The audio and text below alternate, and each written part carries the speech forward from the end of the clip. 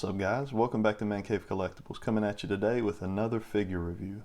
So today we're going to take a look at the brand newly released, as of today actually, street dated for today 11/29, the Uncanny X-Men retro carded Rogue figure. So this is I guess kind of a re-release. We do have a new head sculpt here, got some new hand options.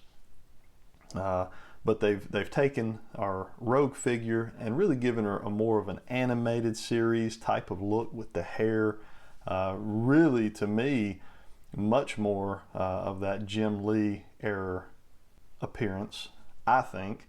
Really, maybe more a mixture of Jim Lee and kind of that animated series from the 90s, the cartoon look. So I really like it. In fact, I sold off my other Jim Lee version of Rogue in preparation of this figure, so I'm really excited to have in hand. Let's go ahead and look at the packaging. As we can see here, we have that very 90s style Marvel Comics logo in the top left hand corner. You know, back in the 90s when figures would come out, they always had these really descriptive and dynamic, dramatic statements on the box. And in this case, we've got power absorption, ! Written in multiple languages. Marvel's Rogue here. I really like the promotional art there of Rogue. That really takes you back to that animated series. I love it. This is my favorite Rogue figure that has ever been put out. I can already tell you that. I like the big hair. Flipping on around to the back side, they continue with that very retro designed card back. So we've got here Rogue can absorb superpowers, personality traits, strength, and even memories from others with a single touch, making her capabilities in any matchup nearly limitless. These talents have naturally led her to be a leader among the X-Men. Written in multiple languages, as we see. And then we do have a product image here of Rogue with her additional hands in use, which I really like. I think that's a fantastic look as well. Let's go ahead and get her out of her packaging and take a look at what we got. All right, guys, so we got Rogue out of her packaging and onto our review table, looking phenomenal. In typical Marvel Legends fashion, her feet are extremely small. I think it's probably the same feet that she had on the previous Jim Lee version, Rogue, but they are small. And I don't know what you guys think. You can drop it in the comments below. Even with the women, I know women do not have big feet typically, but I wouldn't mind Marvel Legends going just a hair larger on our female figures' feet so they could stand better. For the most part, most all the figures I have that I just continually have issue with and have to do Gorilla Tape or something, two-sided tape under their feet on my shelves are typically my female figures. Every now and then they'll give us a male figure that has really small feet, like X-Men from the AOE wave.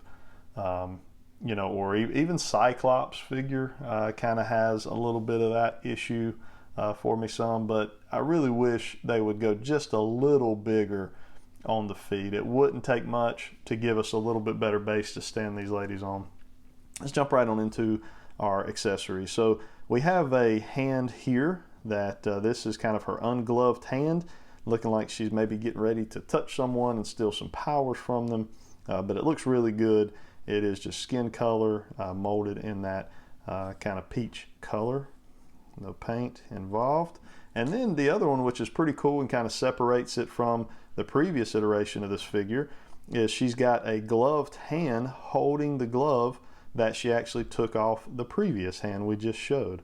So I think that is a really nice touch. This was something that was teased by the Marvel Legends team a long time ago, many months ago, probably maybe even early this year. So we kind of had a feeling this was coming in the retro carded figure line, and they went ahead and gave it to us. I love it. I think it was a great addition.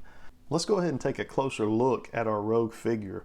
So we'll bring her up here close to our camera. So from a body standpoint, to me, and I don't have my previous Rogue figure here, as again, I did sell her off in preparation for this figure. The body to me looks very similar. Where the difference really lies and what really sets it apart from that previous iteration of Rogue is the head sculpt and the hair. She has that very 90s kind of big hair going on like we saw in the cartoon, and occasionally in the comic books as well. But I really, really like the look of this. But you can see here, got a little bit of kind of a, a pinkish blush color there to her cheeks. Really, really looks good.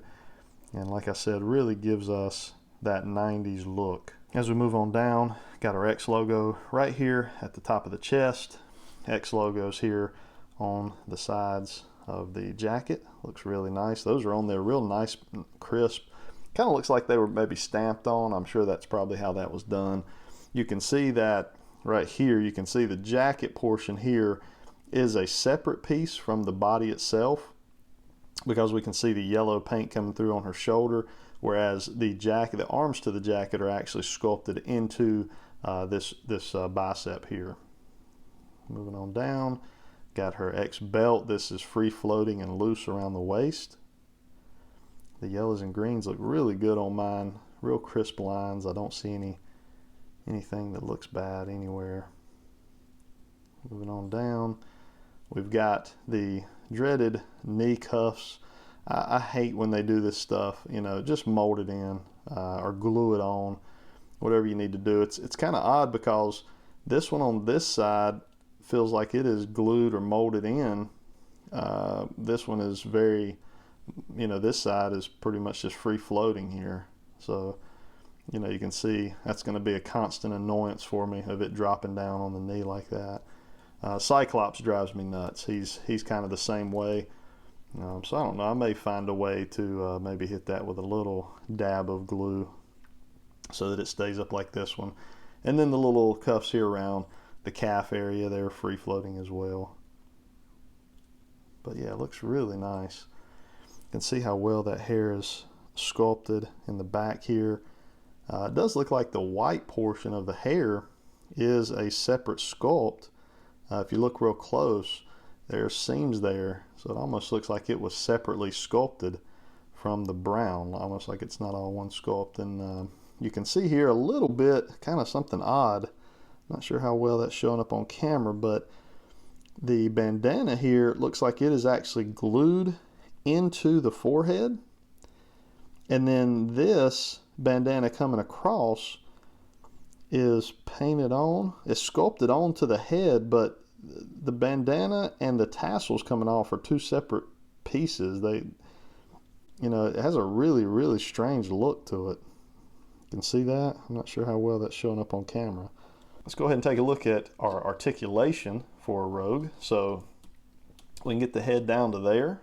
We're not going to be looking up any because of this big, thick, heavy hair here. It's not going to allow our head to look up at all. As far as side to side, we don't really have much because, again, that hair is just so big and bulky and thick. Just not going to allow much movement there. Get those shoulders up to there. Single jointed elbows. Okay, coming down the wrist. Your typical Marvel Legends wrist, forward, back, 360 spin. Got a lot of articulation here in the chest area. Plenty of movement. A little bit of crunch, not much. We can go back a little farther. Okay, nothing in the waist here, no swivel, no ab crunch. Get the legs out to there comfortably. Got a cut at the upper thigh. We do have double jointed knees, which are nice. And then as we come on down, we've got ankle rockers, as we typically see with our Legends figures, and then forward and backward on the ankle articulation. But again, just really small feet. You can see that. They're tough to get her to stand, so she'll get a little bit of Gorilla Glue there. Not Gorilla Glue, but Gorilla Tape. I like to use two-sided tape on the bottom of my figures, and you can get a roll of it for fairly cheap on Amazon. Just cut out a little bitty square, put it under the bottom of that foot, and they'll stand until the end of time, is what I've come to find. And it doesn't have any effect on the paint whatsoever. So definitely an option if you guys are ever having issues trying to get something to stand or stay on the shelf. So yeah, that is our Rogue figure. Let's bring in a couple figures for size comparison and we'll wrap up our video. All right, guys, so just size comparison wise, I brought in some of her X-Men teammates. This is the new Gambit retro carded figure. We got a Rogue figure and we got our Psylocke figure in her Jim Lee attire. So you can see she's a little bigger than Psylocke as far as height wise. I think a lot of that's probably due to the big hair, and then obviously shorter than our 6-inch Gambit figure. But she looks really, really good, guys. I am very pleased and happy to have her. If you missed out on the original Jim Lee, it's a must-have because you can pick her up for, you know, $20, where I think the old Jim Lee figure is going for somewhere between $60 and $80. So this is a fantastic, fantastic re-release from Hasbro for collectors that missed out on that first iteration. And in my opinion, I like this one better. Now that is totally opinion. I think you probably could sit 10 people down in a room and 5 would like the first and 5 would like this one. They definitely each have their arguing points for being the better Rogue. But it just depends on what your Rogue is. And my Rogue is the Jim Lee / animated version. And this one I think does a fantastic job of kind of combining both those elements into one figure. Hit that like button, guys, if you enjoyed this review video. Definitely helps the video get out there, shared for other folks to see. If you're not a subscriber, consider subscribing to the channel. Would love to have you as part of the Man Cave Collectibles team. Definitely check out some other content of mine. We do reviews on statues, Marvel Legends, Omnibus. We do a lot of toy hunting, which seems to be fun. It's fun for me. I hope it's fun for you guys. But we like to go out and see what's on the shelves at these Targets, Walmarts, pretty much anywhere that toys are carried. I hope you guys have a good rest of your weekend. Until next time.